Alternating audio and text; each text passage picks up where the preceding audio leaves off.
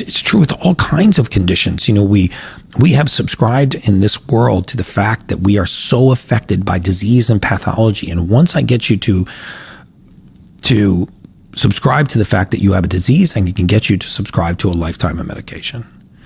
This is true in hypertension. It's another huge, we think genetically inherited disease. And a lot of families have, grandfather had high blood pressure, dad had high blood pressure. Now the son has high blood pressure. So they go, oh, it's genetically inherited high blood pressure. Okay, well, what gene is being passed down from these generations to cause this? Well, they don't know. Okay, well, we know all of the genes. So if we don't know what gene it is, then let's look at the methylation genes. Let's look at the genes in the human body that refine raw materials. Because if you have a certain deficiency, for example, in hypertension, very often, not always, but very often, it's caused by elevated levels of an amino acid called homocysteine. You have it in your bloodstream right now. I have it in my bloodstream. Every listener to this podcast has homocysteine in their blood, because we in the process of normally refining this amino acid into something called methionine, we keep this level at a reasonable level. But when you can't break homocysteine down, it rises. When homocysteine rises, it's very irritating to what's called the endothelial lining of the blood vessel. It irritates the lining of the blood vessel. Well, when you irritate a blood vessel, it clamps down. Well, if you make the pipes smaller in a fixed system, pressure goes up. You have 63,000 miles of blood vessel in your body. It doesn't take much narrowing to drive pressure up. And so these people end up with hypertension, high blood pressure, and they go to the doctor, and the doctor does an EKG, it's normal. An EEG, it's normal. Stress EKG, it's normal. Cardiac cath, normal.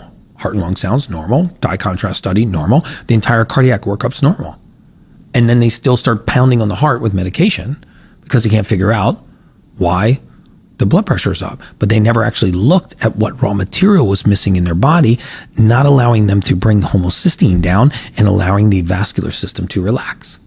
As the vascular system relaxes, pressure returns to normal. You spent 22 years at that insurance company, looking at the database that you describe.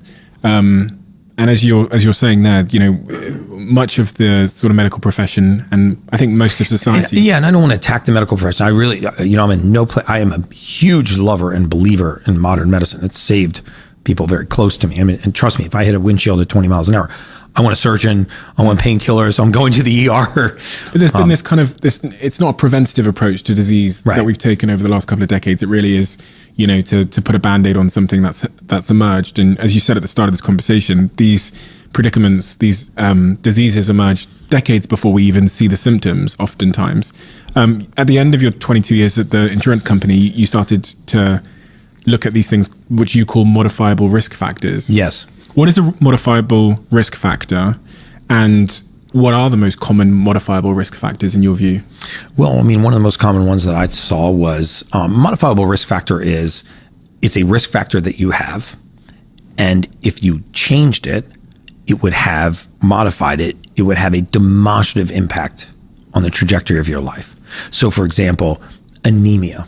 Right? Low hemoglobin, low red blood cell count, low oxygen transport in the blood will exacerbate just about any condition that you have, right? So if you are hypertensive and anemic, if you are diabetic and anemic, if you are morbidly obese and anemic, meaning you have low blood oxygen because you have low red blood cells, low hemoglobin, what if you could modify the anemia?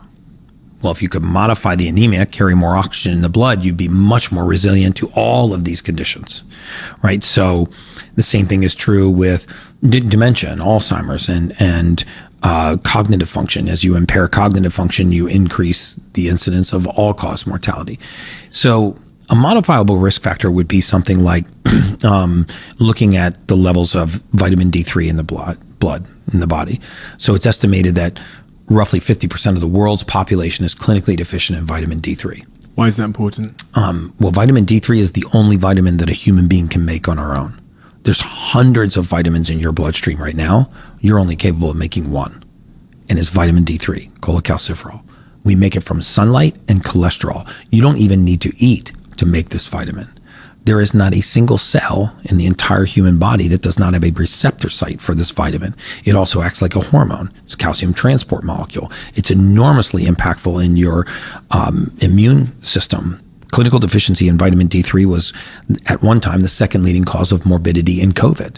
You know, when they said COVID disproportionately affected minorities. If you ever heard that, it's true. Yeah. So how did COVID disproportionately affect minorities? It wasn't like the virus didn't start going after certain minority populations. Well, it actually did, but it wasn't because they were not minorities. That had to do with the pigment of their skin. The darker the pigmentation of your skin, the lower the vitamin D3. The lower the vitamin D3, the more compromised the immune system. The more compromised the immune system, the more susceptible you are to attack. That suggests that if you have darker skin like I do, that you should spend more time in the sunlight. Yes, it does. It absolutely does. I mean, you and I, just based on our skin tone, if you and I in a pair of board shorts went out and spent 30 minutes in sunlight, I would manufacture about 25,000 IUs, international units of vitamin D3. You would manufacture about 3,500. Fucking hell, that's not fair. It's not fair.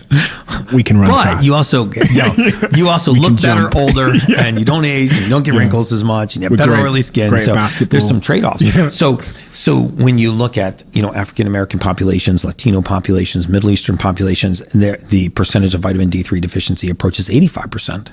Right? The truth is, most of us are not getting enough sun. It's not that we're getting too much. So let's talk about the depletion of this one nutrient.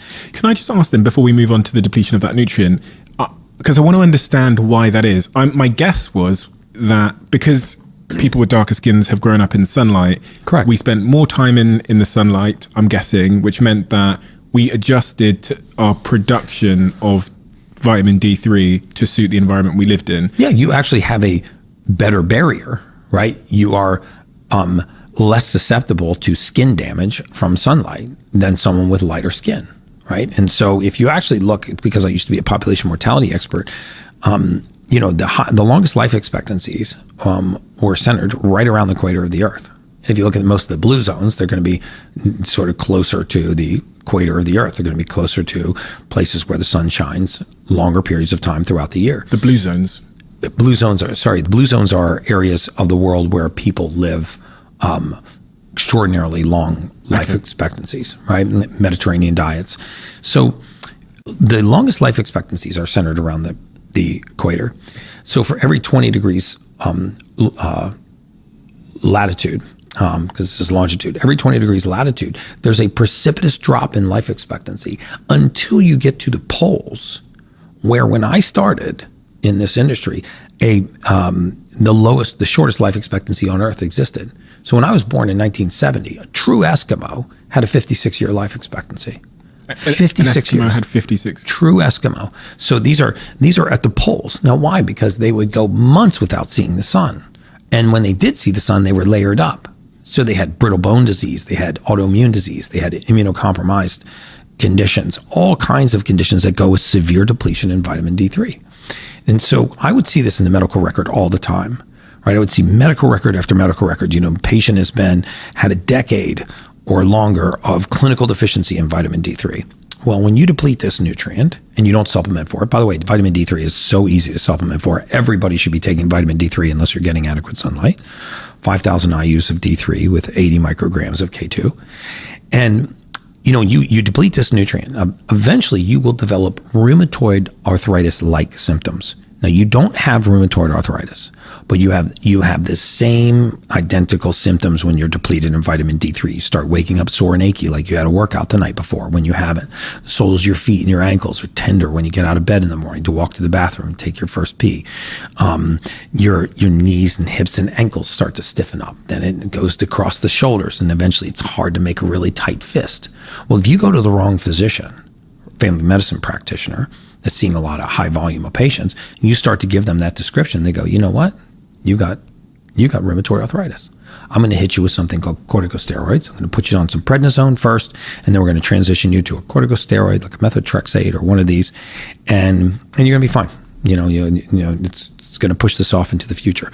Well, we knew that if you started corticosteroids, that at first they had an anti-inflammatory effect, but you had roughly 6 years and 1 day until you're having a joint replacement. Because first they're anti-inflammatory, but then they eat the joint like a termite. And so it was so accurate that if you were a 60-year-old female and you were misdiagnosed with rheumatoid arthritis because you had a vitamin D3 deficiency, I would artificially advance your age 6 years. I would schedule the joint replacement. That wasn't required, by the way. I would schedule the joint replacement, and then I would begin to reduce what's called your ambulatory profile, how well you ambulate, how well you move. And we know now that sitting is the new smoking, right? Sedentary lifestyle is the leading cause of all-cause mortality. And so as I start to reduce your ambulatory profile, I bring in all of the diseases that exacerbate with reduced motility. So if I back this up, you were diagnosed with a condition that you didn't have because you had a deficiency in a very simple nutrient. So then you were put on a medication that wasn't required.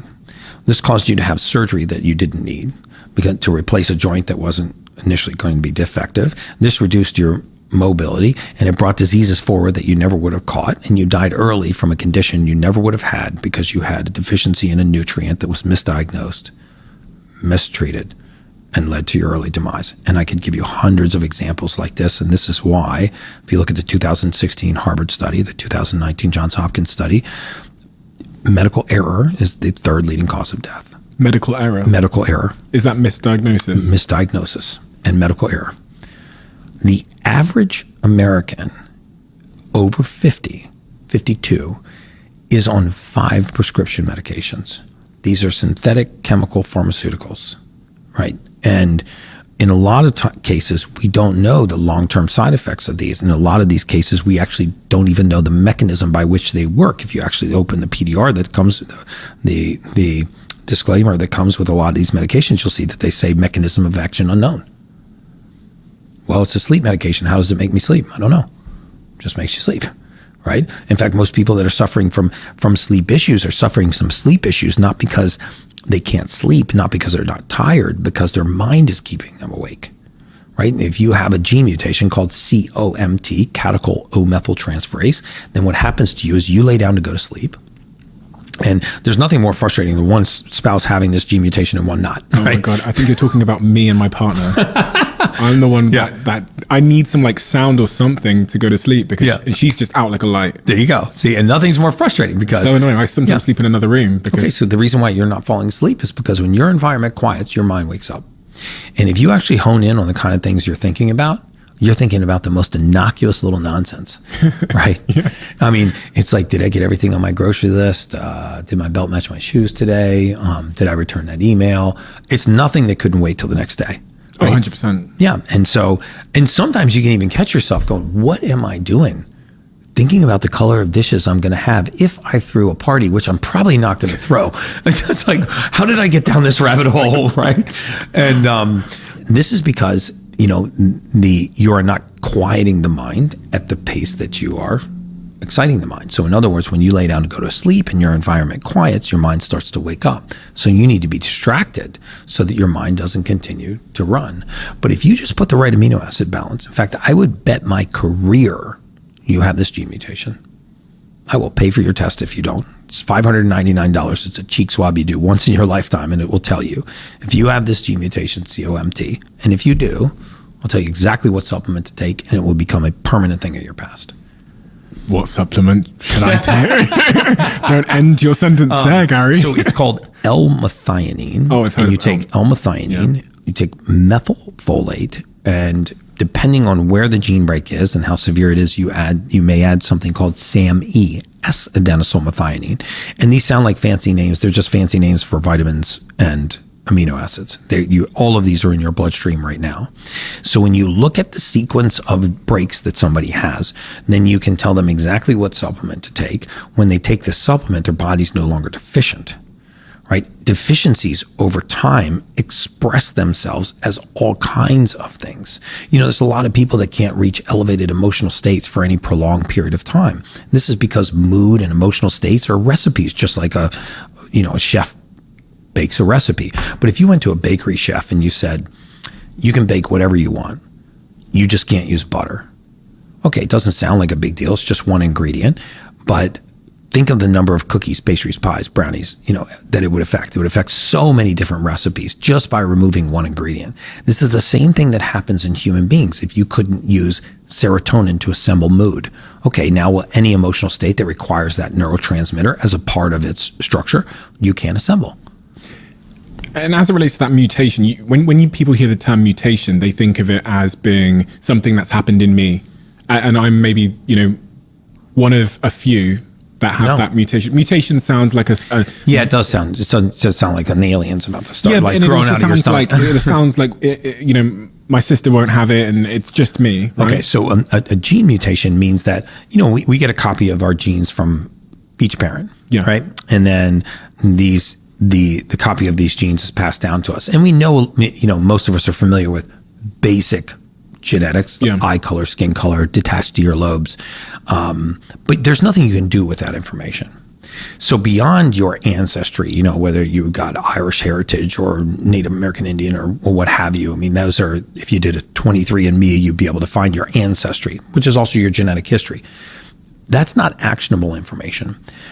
When you look at the genes of methylation, right, and there are several of them, I look at 5 majors and a few minors.